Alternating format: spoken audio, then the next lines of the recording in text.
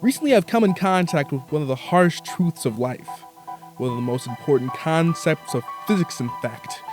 You'll never have enough time. You'll never be able to make more time. You'll have to make use of the time that you have. Between work, rest, life stuff, and my personal projects, and don't forget my beautiful dog, who no, I will not show you a picture of, I feel like I'm sinking a bit under the pressure. But it's not horrible. It's not like I have 25-hour shifts in the fucking Amazon coal mines or something, but it feels like aspects of my life are getting a little bit, let's say, mushy because of my time constraints. I'm gonna throw some thoughts at you for a second. I think the greatest irony of my creativity is that it's most active when I can't be creative. For instance, I once had a broken arm a while ago for about 2 weeks, and I wanted to do nothing else besides make music. See, I was working on my latest album, so I wanted to find some samples and just go. But yeah, despite all of my training, I still can't really work with my arm on ice.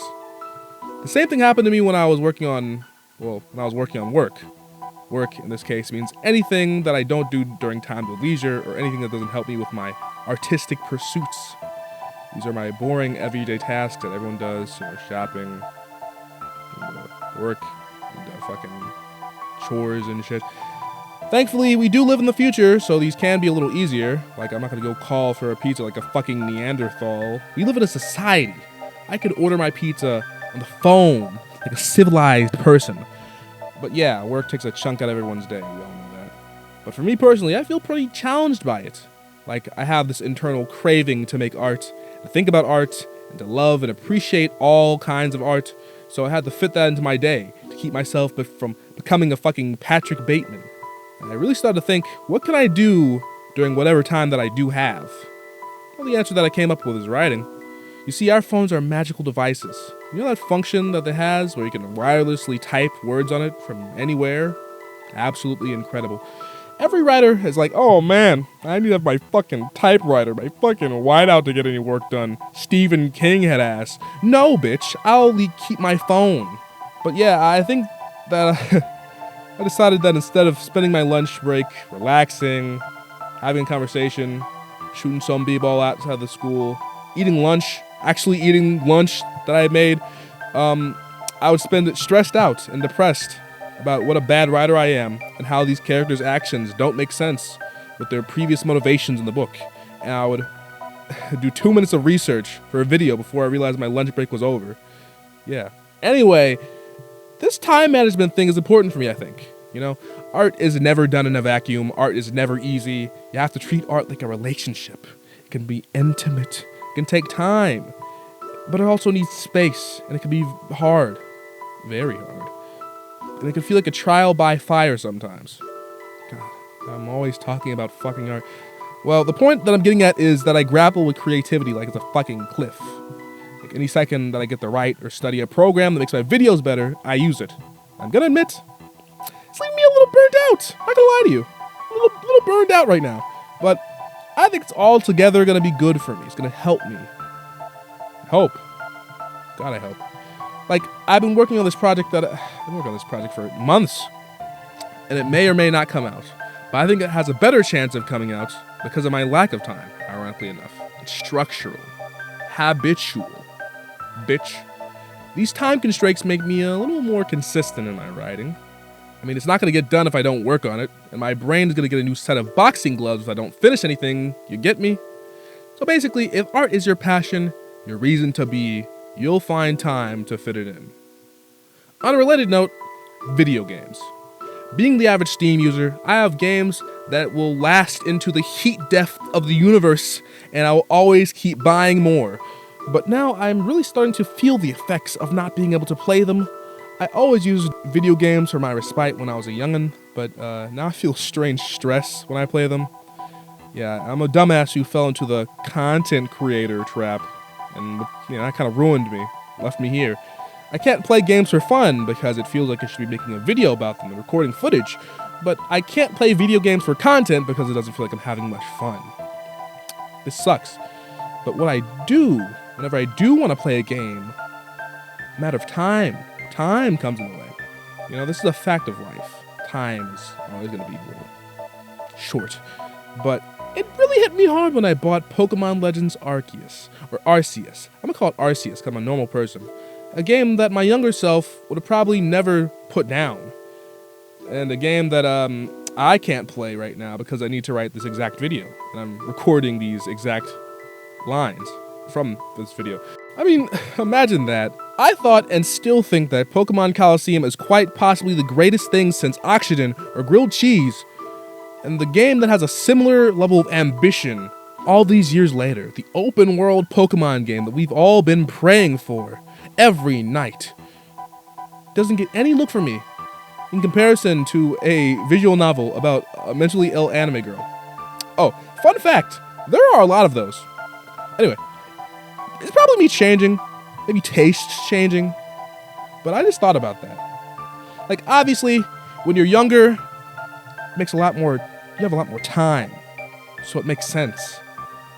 I really just pumped hours and hours into the Pokemon games on the DS without even knowing about the competitive scene, so it seems especially stark with those. I mean, I very much have ADD when it comes to games, and maybe in general, I don't know, but knowing that I won't have as much time to love RPGs as I used to because of time constraints makes me feel a little sad.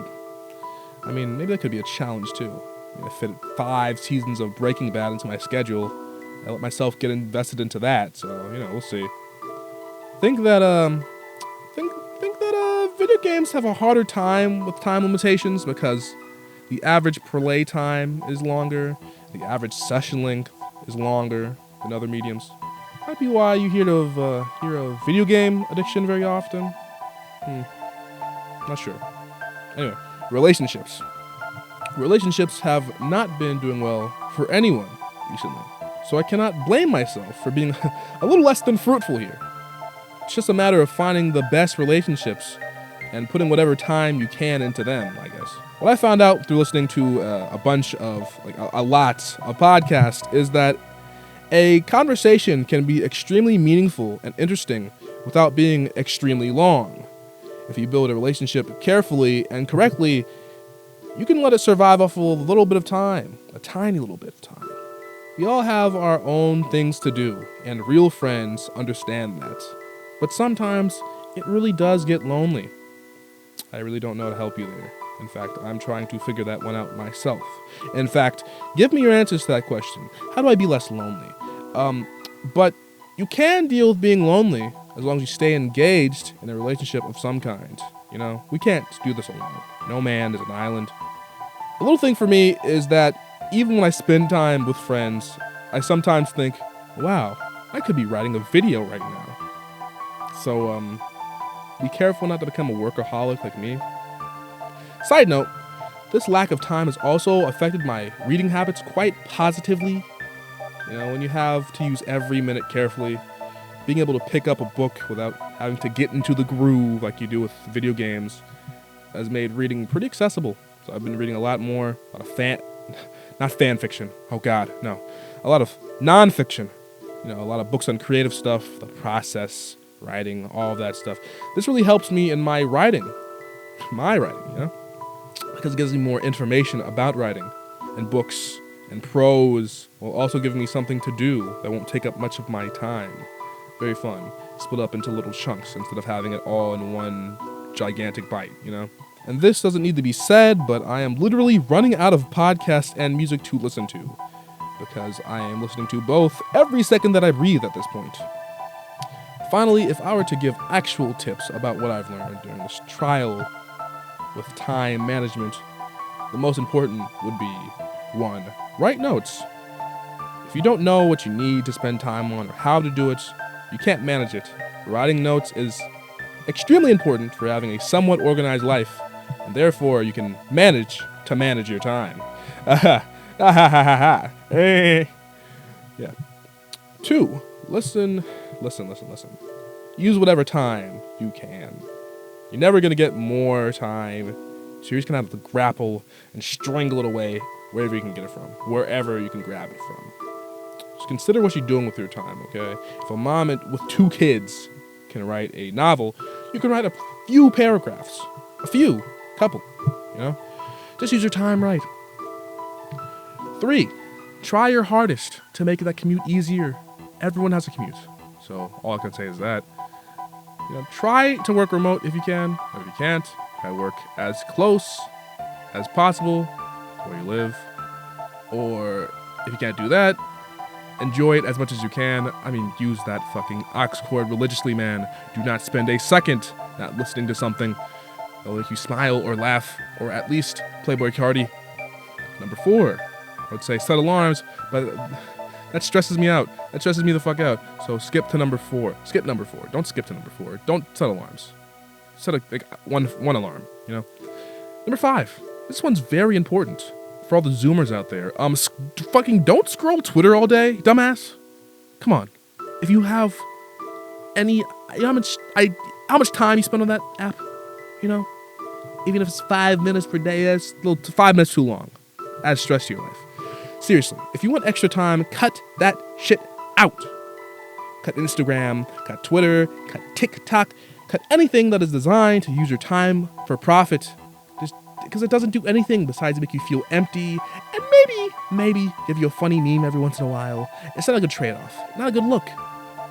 And number 6, enjoy spending time with others, but kind of watch it, Just don't go overboard. But honestly, you could never spend too much time with friends as long as it makes valuable memories. So this is kind of depends on the thing kind of thing.